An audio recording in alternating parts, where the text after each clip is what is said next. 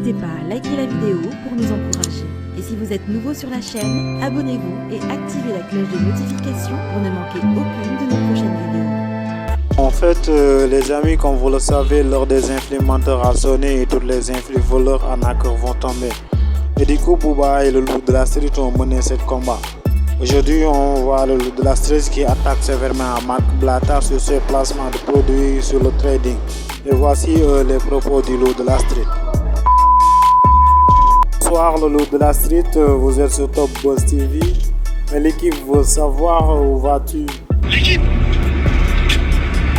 nous sommes sur la route à Dubaï. On va te poser quelques questions, mais avant ça, la famille te salue. Vous êtes sur Top Buzz TV. Et vous pouvez saluer la famille. Lève la bif. Bien ou pas la famille, tranquillou. J'espère que vous allez bien. Vous êtes nombreux et nombreuses à me demander des nouvelles du petit Gio. Il va super bien. Je crois que je vais l'appeler Jack. Jack, c'est un bon nom, Jack. Je vous jure, j'aime bien moi. Bon, on verra. J'ai pas choisi encore, on verra. Il y a plus important dans la vie. Tandoori. Eh, je crois que t'es devenu fou pour de vrai. Hein. Blata, qu'est-ce qu'il a encore fait? Le mec, il s'arrête pour nous dire, regardez, il y a des publicités pour du trading à Dubaï. Mais c'est des gens qui ont des plateformes. C'est des gens qui ont des licences. Tu ramènes ta femme avec un faux voile Burberry et tu dis aux gens de déposer 500 € dans un télégramme. Mais t'es devenu fou, ma gueule. Comment tu peux te comparer à des gens qui ont fait des études de finance et qui ont une licence? T'envoies des gens sur un télégramme. Ta femme dit toute la journée, subhanallah, mashallah, mashallah, il faut copier-coller. Mais vous êtes complètement tarés. T'es tellement fou que tu sais pas que t'es fou. Mais franchement, tu devrais être vraiment galère d'oseille, hein. Parce que pour t'arrêter comme ça sur la 86, oh putain. Attendez, mais que vois-je? Que vois-je? Attendez la famille. Attendez, bougez pas parce que là, faut que je vous montre quelque chose. Publicité la famille, Belen Ross. Subhanallah, mashallah. Les gens, ils vendent des montres. Vous avez vu ou pas? Ils vendent des montres. Ici, c'est tout à fait normal. Tu vois? Ils vendent des montres.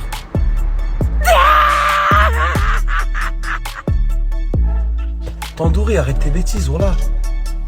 Tu es en train de parler de crypto-monnaie, de trading. Tu nous montres des panneaux publicitaires de multinationales qui ont des chiffres d'affaires de 100 milliards, qui ont des licences, qui sont reconnues par l'État dans lequel ils vivent. On parle de quoi? T'as pas le droit de parler de trading. T'as quoi, toi? Un faux RS6?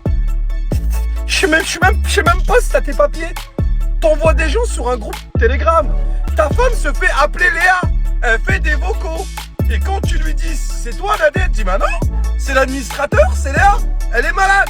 Vous êtes comme, tu sais, dans le film là, Le Pari. Quand l'autre il fume, il met la perruque à sa femme. Il lui dit, ah putain, c'est toi, tu fumes. Il dit, c'est pas moi, hein, c'est elle. Tu fumes, hein, salope. Vous êtes deux grands malades. Wallah. Le frérot, il parle et tout. Il me dit, voilà, nanani, nanana. Il m'a dit, l'imam, il vient dans ma cellule. Il m'a dit, on commence à discuter et tout. Il m'a dit, tu sais, quand t'es en prison, il m'a dit, l'islam, frérot. Il m'a dit, t'as envie de renforcer ta foi, t'as envie de devenir quelqu'un de bien, t'as envie d'avoir un bon comportement, t'as envie de loyauté, t'as envie de sincérité, t'as envie de gentillesse. Il m'a dit, t'as envie de tout ça, frérot. Il m'a dit, c'est ça que tu recherches. Tu vois? Il m'a dit, tu cherches vraiment à devenir quelqu'un de bien. Et pour moi, l'imam, il représente quelqu'un de bien. Je sais pas si tu vois ce que je veux dire. Je lui dis, frérot, je vois tout à fait ce que tu veux dire, je te reçois. C'est plus 5 sur 5, c'est 25 sur 25, c'est bon? Il m'a dit, ok. Il m'a dit, frérot, l'imam, il vient dans ma cellule, il commence à me parler. Il m'a dit, c'est pas l'imam, d'un coup, il me regarde, il me dit quoi? Bon, regarde, si tu veux un téléphone, c'est tant. Si tu veux du shit, c'est 300 €. Et si tu veux, tu t'amènes des kilos de kefta, je te les fais à 50 €. Il m'a dit, frérot, je veux pas te mentir. Il m'a dit, t'as vu quand t'es au placard? Il m'a dit, ça rend service. Il m'a dit, le fait que ça vient de lui, c'est pour ça, la famille, quand je vous dis, il y a des gens, ils font les imams. Quand je vous dis, il y a des gens, la religion, pour moi, c'est le comportement. Comment tu te comportes envers les gens? T'as un message à faire passer. Frérot, il est très important, ce message-là. Et le comportement qui va avec, Royal Aziz. Le frérot, il m'a dit, frérot, heureusement, nous, on a connu l'islam, hein. Tu vois, alhamdoulilah, tu vois, on a quand même des bases solides qui sont de nos parents. Et merci à nos parents, tu vois, d'avoir été bons, loyaux et gentils. Donc vraiment la famille, on vit dans un monde 2022, prenez soin de vos parents. Parce que Wallah, des exemplaires comme ça, vous en verrez plus. Hein. À nos parents, à nous, comment ils étaient gentils, honnêtes et loyaux.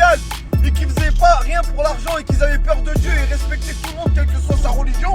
Ah, je vous promets, on n'en fait plus des gens comme ça. Ah, c'est devenu des 504 coupés V6 avec 2000 km. C'est introuvable. Donc la famille, moi je suis peut-être comme je suis, des fois je crie, des fois je donne des bons conseils, des fois je dis des gros mots.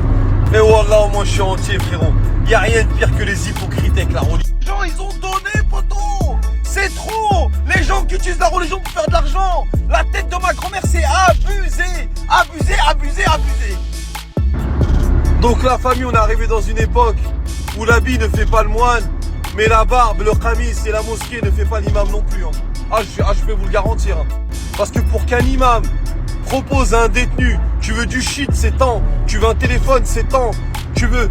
Eh frère, même il m'a dit, frère, même j'aurais demandé de la vodka, il m'aurait ramené, frérot. La famille, il n'y a plus de principe. Il y a des gens bons, c'est vrai qu'il y a des gens bons. Il y a des musulmans, il y a l'être humain. Il reste encore des êtres humains qui sont bons. Et alhamdoulilah, qu'il y a encore des gens bien. Mais arrêtez de croire parce qu'un mec il va 10 fois par jour à la mosquée ou parce que ceci ou parce que cela, c'est quelqu'un qui veut votre bien. Eh, les gens ils aiment trop l'argent, Khoya. Ils aiment trop ça. Trop. Ils sont prêts à tout pour ça. Ils en ont rien à foutre de votre détention, de votre maladie, de votre religion, de votre père il est malade, de votre mère elle est morte. Ils en ont rien à foutre. Ils utilisent la religion pour arriver à leur fin. Et 80% des gens qui sont sur... Donc la MIF, si j'ai un message à faire passer du haut de mon petit vécu, du haut de mes petites expériences, c'est la famille déjà. Soyez quelqu'un de bien vous-même avant de vouloir aider les gens à être quelqu'un de bien. Soyez bien vous déjà intérieurement. Soyez droit dans vos pompes avant de dire aux gens ouais faut faire ceci, faut faire cela et ça c'est haram et ça c'est pas haram. La famille c'est grave. Le frérot il m'a dit frérot je te mens pas, ça m'a fait mal. Il m'a dit ça m'a fait mal. Il m'a dit parce que tu vois, il m'a dit moi je cherchais du réconfort à travers cette personne-là. Je voulais, tu vois, il m'a dit moi il m'a dit je suis tombé pour trafic de stupes international. Il m'a dit tu vois, la drogue, tout ça c'est haram. Il m'a dit tu vois, je me suis dit il m'a puni, je suis arrivé en prison. Il m'a dit t'imagines, je fais face à un imam qui me dit si tu veux une plaquette c'est temps. Il m'a dit frérot on va où? Il m'a dit heureusement qu'on est des hommes, on est fort psychologiquement et on mélange pas tout. Il m'a dit voilà ces gens-là c'est des vrais bâtards. Et il a raison, ces gens-là sont des vrais bâtards.